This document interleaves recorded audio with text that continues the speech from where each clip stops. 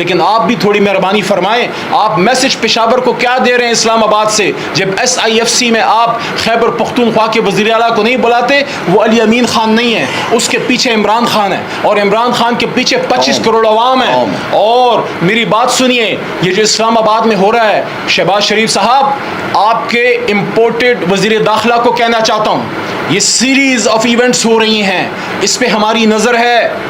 ہم صرف تحریک انصاف کے آفس کی کرونا نہیں رو رہے, کوئی بات نہیں. میں نے تجویز دی تھی اور میں اپریشیٹ کرتا ہوں بڑے بھائی رؤوف حسن صاحب کو.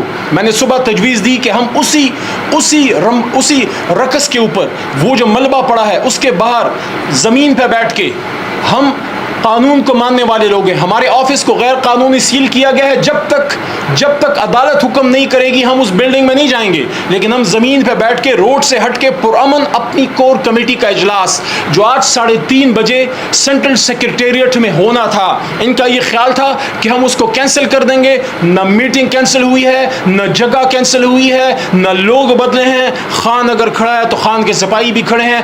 ہاں فرق یہ ہے کہ آج بلڈنگ کے اندر نہیں, آج زمین کے اوپر پاکستان کی سب سے بڑی جماعت چلچلاتی دھوپ میں وہاں بیٹھ کے اپنی کور کمیٹی کی میٹنگ کرے گی اور میسج یہ دے گی کہ تحریک انصاف کھڑی تھی, تحریک انصاف کھڑی ہے اور تحریک انصاف کھڑی رہے گی. اور سیریز آف ایونٹس کی جہاں تک بات ہے, آخری بات, غزہ کے لیے لوگ بیٹھے, فلسطین کے لیے لوگ بیٹھے, ہمارے پاکستانی بیٹھے. اگر آپ کو یا کسی کو توفیق نہیں ہوئی تو جو بیٹھے ان کو تو سراہیں.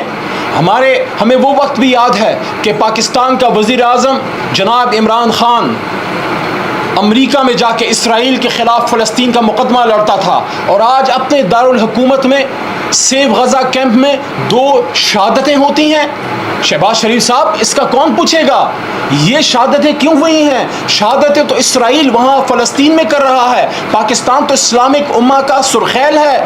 یہ تو عمران خان صاحب اور ہم سب نے قومی اسمبلی اور سینٹ کے فلوروں پہ بارہا کہا کہ مسئلہ فلسطین تو صرف عربوں کا نہیں, مسلمانوں کا مسئلہ ہے. اور جب قائد اعظم نے یہ بات کہہ دی کہ اسرائیل کو تسلیم نہیں کریں گے, اسرائیل جو ہے انلیجٹمیٹ چائلڈ آف ویسٹ ہے, آپ قائد اعظم کے فلسفے سے پیچھے ہٹ رہے ہیں.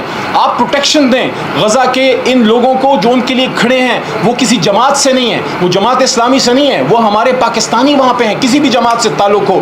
تو ایک دن آپ نے یہ ہو گیا وہاں پہ, اس کے اگلے دن پر آپ نے ایک انتہائی اہم شخص جو پاکستان تحریک انصاف کا سیکٹری انفارمیشن ہے, اور میں نے ان کا زخم دیکھا ہے, اتنا نیچے ہوتا تو آج خدا نخواستہ رؤوف صاحب ہم میں نہیں ہوتے.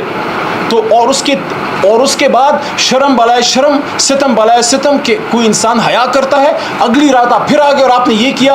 ہمیں یہ فکر ہے کہ اب آپ آج کی رات یا کل کی رات کیا کرنے جا رہے ہیں. کیا پاکستان کو سرزمین بے آئین کر دیا گیا؟ میں نے اڈیالہ میں پرسوں بھی یہ بات کی اور اس سے پچھلے ہفتے بھی, کہ کیا اڈیالہ کے اوپر سپریم پاکستان کا کانسٹیٹیوشن عمل درآمد ہوتا ہے یا گوانٹانامو بے ہے؟ کیا یہ ابو غریب ہے یا گوانٹانامو بے ہے؟ اس طرح عمران خان صاحب میرے ساتھ لیفٹ بیٹھے ہوئے تھے, اور میں نے جب ان کو بات کی کہ مجھے اڈیالہ میں ممتاز قادری صاحب جو ان کو پھانسی چڑھی, ان کے سیل میں مجھے بھی رکھا گیا تھا. تو خان صاحب مسکرائے اور میری طرف دیکھا کہ مجھے بھی ڈیتھ سیل میں ہی رکھا گیا ہے. کیا یہ ہم نے کرنا ہے پاکستان کے سابق وزیر اعظم کے ساتھ؟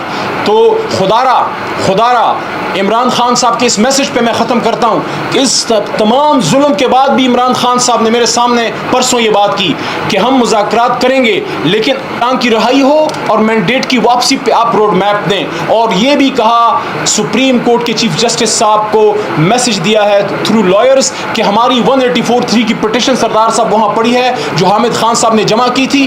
آپ بھی کوشش کیجئے, میں بھی کوشش کرتا ہوں, اور حامد خان صاحب بھی کوشش کریں کہ محترم چیف جسٹس آف پاکستان جناب قاضی فائز عیسیٰ صاحب اس 184(3) کی پٹیشن کو اٹھائیں. عمران خان صاحب کی ریکویسٹ ہے کہ آپ اس پورے الیکشن ڈاکے کا جوڈیشل آڈٹ کیجئے. میں پر امید ہوں کہ پاکستان بہتر ہوگا. ہم نا امید نہیں ہیں, لیکن ظلم کی, جہل کی یہ رات جلد ختم ہوگی. اور یقین کیجئے وہ دن میں دیکھ رہا ہوں جب اس ملنگ کے منہ سے اللہ نے یہ بات نکالی تھی کہ میرا لیڈر پھر آئے گا, 2/3 سے آئے گا, 2/3 نہیں 3/4 سے آ گیا. اگر فارم 47 کا حملہ نہ ہوتا تو ہم یہ الیکشن جیت گئے تھے, لیکن انشاءاللہ